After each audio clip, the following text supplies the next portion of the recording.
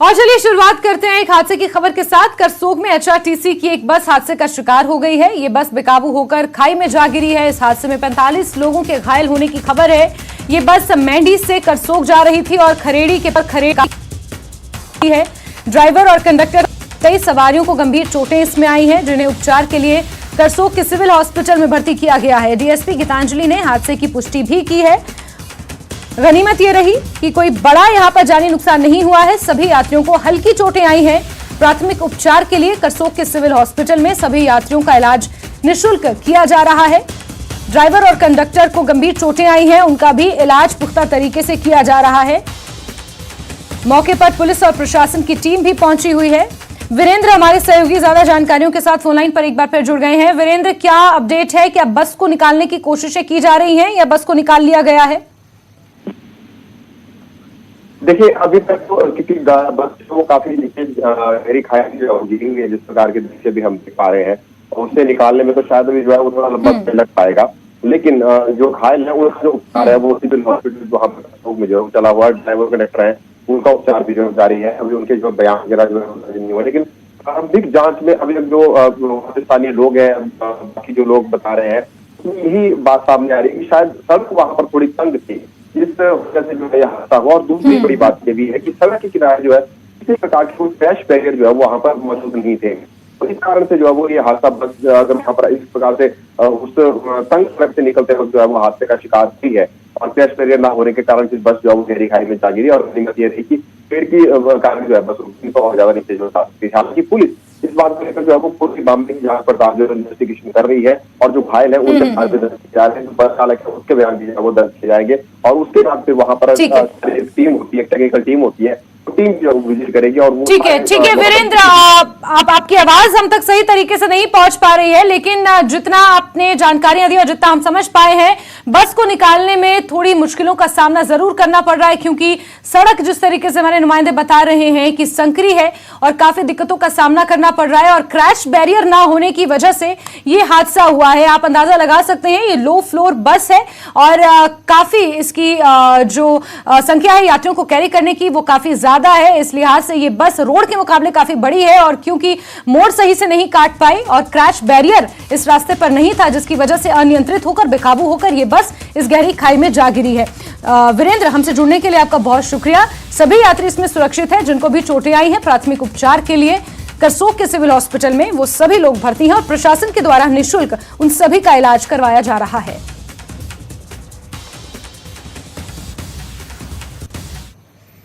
चलिए आगे बढ़ते हैं खबरों में। नालागढ़ की ग्राम पंचायत मलहणी के नाले में एक व्यक्ति का शव मिला है, जिसकी पहचान नहीं हो सकी है। पुलिस ने शव को कब्जे में लेकर नालागढ़ अस्पताल में रखवा दिया है। शिनाख्त में पुलिस जुटी हुई है, साथ ही व्यक्ति की मौत किस वजह से हुई इसकी जांच भी हो रही है। पुलिस 72 घंटे तक शव को नालागढ़ अस्पताल में रखेगी, जिसके बाद पोस्टमार्टम के लिए आईजीएमसी शिमला शव को भेजा जाएगा।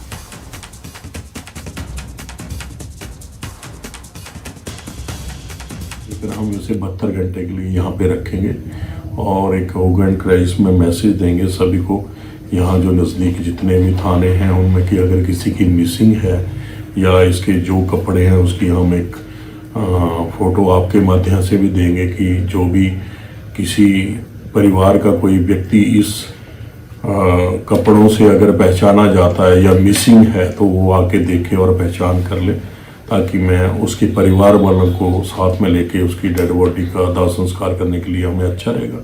अगर नहीं होगा तो फिर हम इसको बॉडी को जो है आईजीएमसी शिमला में जाके पोस्टमार्टम करेंगे। आगे बढ़ेंगे। मोदी सरकार के 9 साल पूरे होने के मौके पर बीजेपी का महा जनसंपर्क अभियान शुरू हो गया है। इसके लिए धर्मशाला में भाजपा के राष्ट्रीय महासचिव डॉक्टर अनिल जैन, पूर्व सीएम एवं नेता प्रतिपक्ष जयराम ठाकुर, पूर्व अध्यक्ष विपिन सिंह परमार, सांसद किशन कपूर, विधायक पवन काजल, पूर्व मंत्री सरवीण चौधरी की मौजूदगी में एक प्रेस कॉन्फ्रेंस हुई, जिसमें मोदी सरकार के 9 साल की उपलब्धियों को बताया गया। डॉक्टर अनिल जैन ने कहा कि पीएम मोदी की अगुवाई में देश में विकास को लेकर चहुमुखी विकास हुआ है। वहीं नेता प्रतिपक्ष जयराम ठाकुर ने कहा कि पीएम मोदी विश्व के सबसे लोकप्रिय नेता बनकर उभरे हैं। एक माह तक जनसंपर्क अभियान में मोदी सरकार की उपलब्धियों को जन जन तक पहुंचाया जाएगा।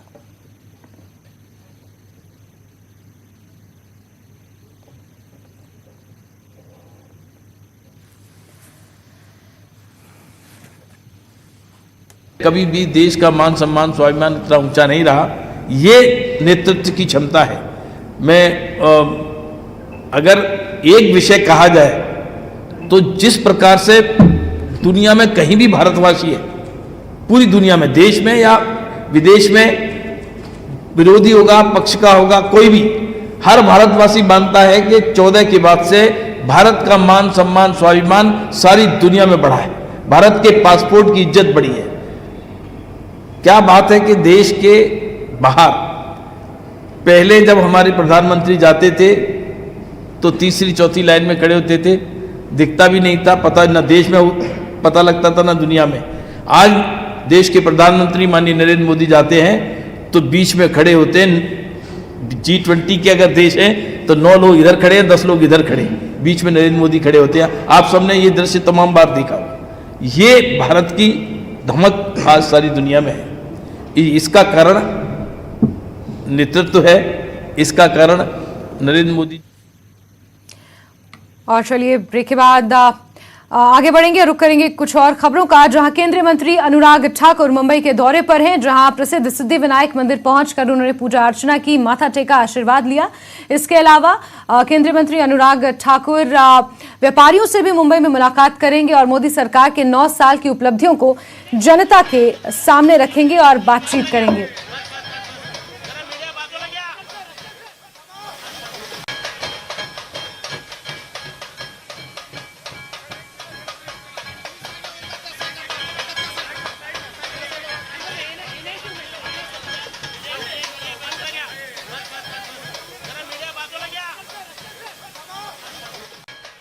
नरेंद्र मोदी जी की सरकार के शानदार 9 वर्ष पूरे हुए हैं और सिद्धि विनायक जी के मंदिर में जहां हम लोग आशीर्वाद लेने आए हैं, वहीं पर आभार भी प्रकट करने आए हैं, क्योंकि आशीर्वाद सबका रहा, जहां एक और भगवान का, वहीं पर दूसरी ओर जनता का। तो मोदी जी के नेतृत्व में लगातार देश आगे बढ़ा है और पिछले कल भी जो मॉर्गन स्टैनली की रिपोर्ट आई, उसमें भी भारत के बारे में जो कहा गया, भारत की अर्थव्यवस्था के बारे में जो कहा गया है, 7.2% की दर से वित्तीय वर्ष 2023-24 में बढ़ने की उम्मीद है। दुनिया भारत में उम्मीद रखती है। They have a hope in India and India's leadership. और सबसे बड़ी बात यह है कि मोदी जी के 9 वर्ष सेवा के, सुशासन। चलिए आगे बढ़ेंगे। सीएम सुक्खू के कांगड़ा दौरे में फेरबदल हुआ है और वो सभी कार्यक्रम रद्द कर शिमला वापस पहुंच गए हैं, जहां वो सबसे पहले टूटू स्थित गौ सदन पहुंचे और गौ सदन का निरीक्षण किया।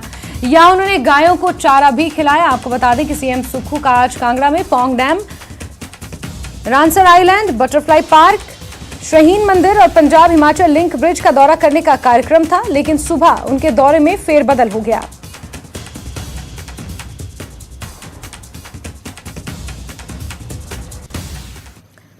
वहीं दिल्ली में कैबिनेट मंत्री विक्रमादित्य सिंह ने केंद्रीय नागरिक उड्डयन और स्टील मंत्री ज्योतिरादित्य सिंधिया से मुलाकात की। हिमाचल के कई मसलों पर चर्चा हुई। इस दौरान विक्रमादित्य सिंह ने ज्योतिरादित्य सिंधिया से उनके मंत्रालय का सहयोग मांगा, साथ ही शिमला हवाई अड्डे का विस्तारीकरण और रेगुलर फ्लाइट्स की सुविधा को शिमला से जोड़ने की मांग की।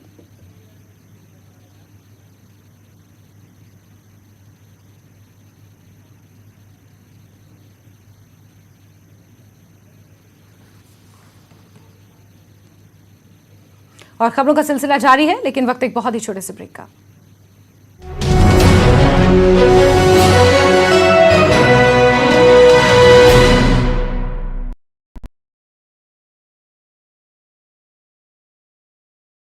सीएम ने केंद्र वित्त मंत्री से मुलाकात की। मंडी में ग्रीनफील्ड हवाई अड्डे के लिए 1000 करोड़ रुपए और कांगड़ा हवाई अड्डे के विस्तार के लिए 400 करोड़ रुपए देने।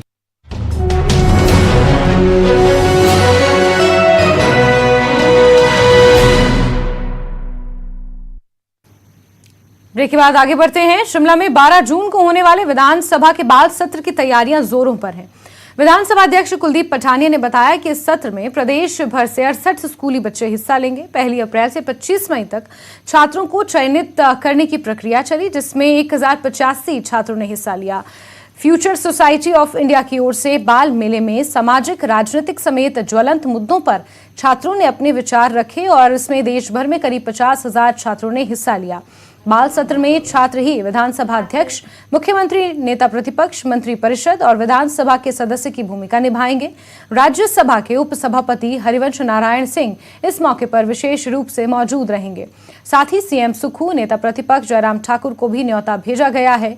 इस मौके पर केबीसी से मशहूर हुए अरुणोदय शर्मा ने अपने विचार रखे और सामाजिक न्याय एवं अधिकारिता मंत्री का दावा पेश किया है। ये तो अब उस दिन ही पता लगेगा कि सरकारी स्कूल से कितने हैं, गैर सरकारी स्कूलों से कितने, क्योंकि हमने 17 साल की आयु से कम बच्चों को सबके साथ संवाद किया है और जो उनका जो अपना दृष्टिकोण था उसको हमने जो है वो जाना है। अब वो सिलेक्शन फाइनल जो है किस बच्चे ने किस मुद्दे पर कितने समय के अंदर अपनी बात रखी है, वो किस परिपक्वता से रखी है, इस विषय को विशेष रूप से देखा जा रहा है। क्योंकि सदन का समय सीमित होता है, 11 बजे सदन लगेगा और 4-5 बजे लास्ट होता है, बीच में लंच ब्रेक होगी, तो जो मुद्दे होंगे उनको समय अवधि के अंदर अंदर रखना है। ये बच्चे तय करेंगे, यही स्पीकर बनेंगे, यही सब कुछ तय होगा। फेवरेट सब्जेक्ट संस्कृत है। मैं अपना पर्सनल एक्सपीरियंस बताती हूँ, परंतु मेरे विद्यालय में संस्कृत है नहीं, जिस वजह से मुझे शायद पागली जाना पड़ता, वहाँ पे मुझे पढ़ना पड़ता। संस्कृत भी एक ऐसा सब्जेक्ट है जो हो सकता है कि +1 +2 में रखा जाना चाहिए, क्योंकि बच्चे आज के जनरेशन के हिसाब से सब पढ़ रहे हैं परंतु अपनी संस्कृति को छोड़ रहे हैं, जो कि गलत बात है। I don't know much about bureaucracy and other things, but I have often seen politicians and they are my inspirations also, like Sukhwinder Singh Sukkhu and our Prime Minister. They are very doing so well and people are very happy for their decisions they are taking. So I must be for this. सब स्वास्थ्य पे ध्यान दें, क्योंकि अगर कोई स्वस्थ रहेगा तभी उसको विद्या दी जा सकती है, तभी उसको बाकी चीजें दी जा सकती है। तो इसके लिए सबसे पहले तो अब सती माता जी के जो पिताजी थे उन्होंने शिव जी से उनके विवाह के लिए इनकार क्यों कर दिया था। चलिए आगे बढ़ेंगे। मंडी में नेता प्रतिपक्ष जयराम ठाकुर के गृह विधानसभा क्षेत्र सराज में सांसद और कांग्रेस प्रदेश अध्यक्ष प्रतिभा सिंह ने दौरा किया और सराज में हुए तमाम विकास कार्यों को 6 बार के मुख्यमंत्री रहे स्वर्गीय वीरभद्र सिंह की देन बताया। प्रतिभा सिंह ने यहां जिला स्तरीय खुथा मेले के समापन समारोह को संबोधित किया। उन्होंने कहा कि पूर्व प्रधानमंत्री राजीव गांधी ने जब देश की कमान अपने हाथों में संभाली तो उन्होंने पंचायती राज की स्थापना कर महिला आरक्षण के लिए क्रांतिकारी कदम उठाया था। उसी वजह से सांसद बन पाई हूं। प्रतिभा सिंह मंडी के 4 दिवसीय दौरे पर हैं। इंतजार कर रहे हैं कि जैसा ये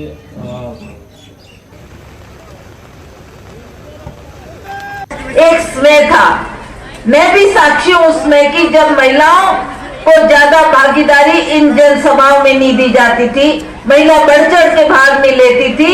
हमारे बुजुर्ग थे घर में जो ये कहा करते थे कि महिलाओं का स्थान तो घर में है, चाहे वो बेटी है, चाहे वो बहू है, चाहे वो माँ है, चाहे वो पत्नी है, वो घर का कामकाज देखेगी और घर तक ही सीमित रहेगी। पर हम इस मौके पर मैं स्वर्गीय प्रधानमंत्री जी श्री राजीव गांधी जी का बहुत बहुत आभार व्यक्त करना चाहती हूँ कि जब वो देश के प्रधानमंत्री बने तो उन्होंने हमारी महिलाओं के लिए 50% आरक्षण किया। कितनी महिलाएं हैं जो यहाँ पर आज ग्राम पंचायत की प्रधान है, कितनी महिलाएं हैं जो बीडीसी में है, कितनी महिलाएं हैं जो जिला परिषद में है। ये मौका तब मिला आपको घर से बाहर निकलने का जब कांग्रेस पार्टी ने आपको टिकट दिया। तो इसलिए हम कांग्रेस पार्टी की ये जो आगे बढ़ेंगे। पीडब्ल्यूडी डिवीजन देहरा के तहत बड़े घोटाले की खबर है जिसमें कई बड़े अधिकारी इसकी चपेट में आ गए हैं। दरअसल अपने चहेतों को राजनीतिक लाभ देने के लिए बिना किसी टेंडर के अवार्ड रेवड़ियों की तरह बांट दिए गए। जांच में पाया गया कि लगभग 2 से 3 महीने पहले 11 कामों में से आधे से ज्यादा काम पहले ही ठेकेदारों के द्वारा किए गए, जिनके टेंडर 24 मई को गुपचुप तरीके से अवार्ड किए गए।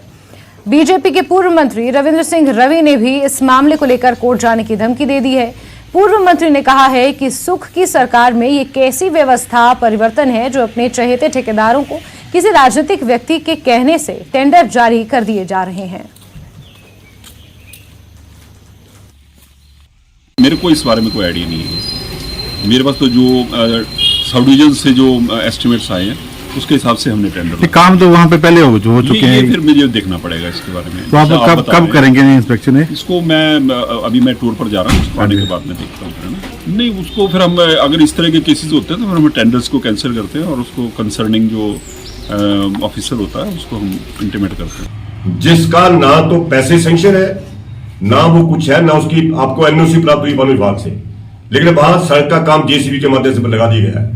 वो पैसा कहां से है, किसने काम किया, एक जगह नहीं है ये बहुत। एक तो मैंने उदाहरण दे दिया जो मेरे सामने नालियां पंचायत के अंतर्गत आया है, लेकिन अन्य जगहों के भी जब आपके पास पैसे सेंक्शन नहीं है, बिना टेंडर के, बिना पैसे से और बिना एनओसी मिले वन विभाग की जगहों पर काम किया जा रहा है। तो मैं पूछना चाहता हूं इनसे, प्रदेश की व्यवस्था परिवर्तन कर रहे हैं क्या? ये कौन सा, जो आपके पैसे सेंक्शन है वहां पर तो रोड़ा अटकाया जा रहा है। जिनके पैसे आ चुके, काम लगे हुए, उनको बंद कर रहे हैं, लेकिन उन कामों को जो जहां जरूरत है भी नहीं और वहां पर जो जंगलात की जगह वहां पर काम कर रहे हैं बिना टेंडर के, बिना पैसे। एनपीए बंद करने के विरोध में लगातार डॉक्टर्स द्वारा अपनी पेन डाउन स्ट्राइक को जारी रखा है, लेकिन अब 1.5 घंटे के बजाय 45 मिनट तक ही स्ट्राइक को रखा जा रहा है। क्षेत्रीय अस्पताल सोलन में चौथे दिन भी डॉक्टरों ने अपनी स्ट्राइक को जारी रखा। स्ट्राइक को लेकर डॉक्टरों ने कहा कि अब वो सरकार से वार्ता का इंतजार कर रहे हैं। अध्यक्ष डॉक्टर कमल ने कहा कि 3 जून को सरकार के साथ वार्ता होने वाली है, उसके बाद भी अगर कोई हल नहीं निकलता तो ज्वाइंट एक्शन कमेटी जो निर्णय लेगी उस पर कार्य किया जाएगा। जैसे कि आपने देखा कि आज हमारा चौथा दिन है ये पेन डाउन स्ट्राइक का, और समय की कटौती भी की गई है। पहले 1.5 घंटे की हो रही थी, अब 45 मिनट्स की हो गई है, जब हमें कुछ आश्वासन मिला है कि 3 को वार्ता होगी और हमारी आवाज़ सुनी जाएगी। तो 3 तारीख तक हम इसमें समय में कटौती की है और देखते हैं क्या फैसला होता है। यदि फैसला नहीं होता तो ज्वाइंट एक्शन कमेटी है, वो जैसे भी डिसाइड करेगी तो उसी के आधार पर आगे हम निर्णय लेंगे। मनाली से काजा के लिए वाया कोकसर ग्राम्फू कंजुम दर्रा को हल्के वाहनों के लिए खोल दिया गया है। उपायुक्त लाहौल स्पीति राहुल कुमार ने सीमा सड़क संगठन के अधिकारियों और प्रशासनिक अधिकारियों की टीम के साथ संयुक्त निरीक्षण करने के बाद इसका निर्णय लिया, लेकिन इस मार्ग पर पर्यटकों और स्थानीय लोगों की आवाजाही सुबह 8 से 2 बजे तक ही हो पाएगी, जिसमें कंजुम दर्रा शाम 5 बजे तक क्रॉस करना आवश्यक होगा।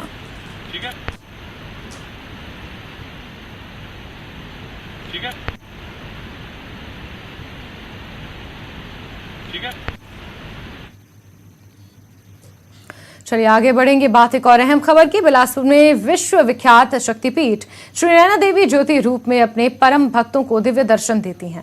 श्रद्धालुओं की माने तो जब ज्वालामुखी से आदिशक्ति अपनी बहन श्री नैना देवी से मिलने आती हैं, आसमान में गर्जना होती है और तेज हवाएं चलने लगती हैं, साथ ही बारिश होती है। इस दौरान आसमान से दिव्य ज्योति अवतरित होती है और माता के त्रिशूल पीपल के पेड़ के पत्तों को भक्तों द्वारा उठाए जाने पर ज्योतियों के रूप में प्रकट होती हैं। ये चमत्कार कई बार कैमरे में कैद हो चुका है और इसे लेकर श्रद्धालुओं में भी खास आस्था है।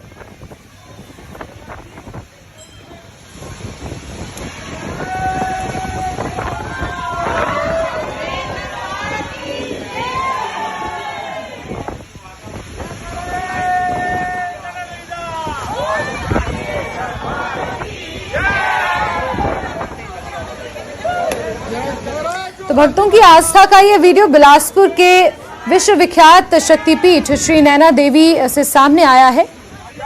इससे पहले भी कई बार इस तरीके का जो नज़ारा है वो कैमरे में कैद हो चुका है और श्रद्धालु यहाँ पर खास आस्था लेकर पहुँचते हैं। ये श्रद्धालुओं की मान्यता और आस्था है, जिसका प्रतीक आप इस वक्त अपने टीवी स्क्रीन पर देख पा रहे हैं।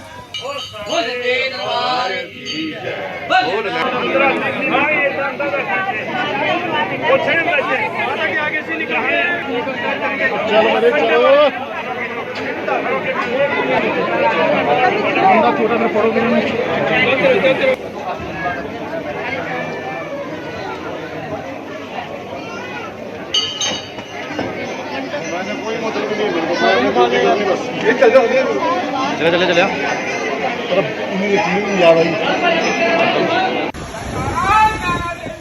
कभी ज्वाला माँ नैना देवी के दरबार में आती हैं तो मौसम बहुत भयंकर हो जाता है, तूफान होता है, बहुत विशेष बारिश होती है, पावर फेल हो जाती है।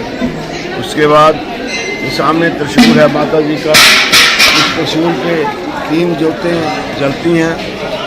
उसमें जो उपस्थित होते हैं छत पे जाएंगे, ऐसे हवा में हाथ करते हैं तो 10 की 10 संख्या में 10 ज्योतों के दर्शन होते हैं।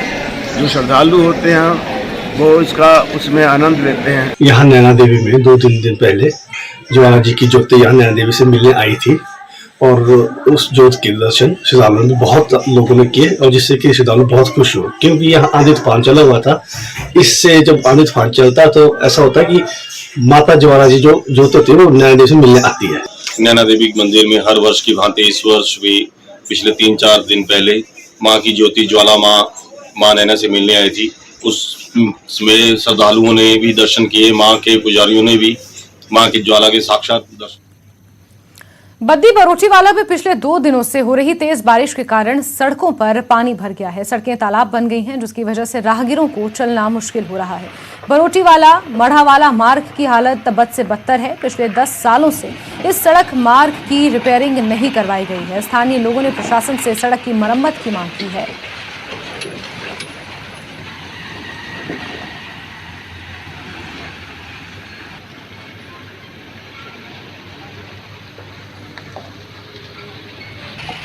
सर हमें तो देखते हुए 10 साल हो गए। रोड का तो काफ़ी हाल खस्ता है, क्योंकि रोड के कारण तो कई एक बार एक्सीडेंट हो चुका है। यहाँ के जितने भी दुकानदार हैं सारे परेशान हैं, सारे का माल खराब हो चुका है। कोई भी कस्टमर एक तक खड़ा होने को तैयार नहीं है। और मकान मालिक अपना पैसा दो, मकान मालिक किराया दो, लेकिन कोई भी रोड का बुरा हाल चल रहा है। सारे कपड़े वाले दुकानदार जो भी है सब रो रहा है कि किराया तक नहीं निकल रहा है उनका। या तो यहाँ धान की खेती करवाने या इस रोड को बंद कर दें। जब ये किसी के काम ही नहीं आ रहा है, चलने फिर जो चल रहे हैं पैदल चल रहे हैं उनको कितनी परेशानी आ रही, चलने का रास्ता नहीं है। इससे अच्छा तो यहाँ धान की खेती करवा लो, पानी की जरूरत नहीं है, पानी इतना खड़ा है हमारे यहाँ। इससे ज़्यादा मैं कुछ नहीं कह सकता। ये हमारे एमएलए जी जो हमारे अपने एमएलए जी हैं यहाँ के, उनको देखना चाहिए, आके देखें तो सही आम जनता का क्या हाल है। वोट मांगते समय तो आ जाते हैं जी वो दे दो दे दो दे दो, जब काम का टाइम आता है घर में बैठ जाते हैं जाके, क्या फ़ायदा उसका। मेरे जब से मैं देख रहा हूँ इसका रोड का तो हाल ही बहुत ख़राब है। ये तो बस बीच में पैच पुच लगा के मिट्टी मुट्टी डाल डूल के खड्डे खुड्डे भर भूल के बस चले जाते हैं। यहाँ बहुत सबको परेशान। चलिए आगे बढ़ेंगे। आज से 4 जून तक राजधानी शिमला में अंतर्राष्ट्रीय समर फेस्टिवल का आयोजन हो रहा है, जिसमें हिमाचली कलाकारों के साथ साथ बॉलीवुड कलाकार लोगों का मनोरंजन करते नजर आएंगे।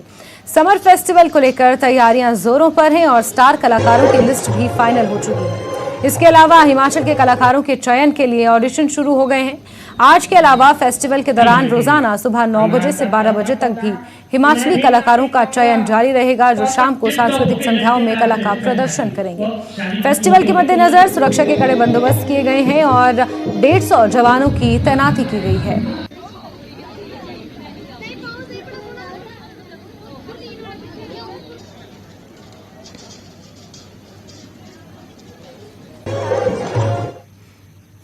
और चलिए इसी के साथ अपना हिमाचल में अभी के लिए बस इतना ही, लेकिन हिमाचल प्रदेश की तमाम महत्वपूर्ण खबरों के लिए आप जुड़े रहिए न्यूज़ 18 JKLH के साथ। वक्त एक छोटे से ब्रेक का, ब्रेक के उस पार मेरे साथ देखिए टॉप 18।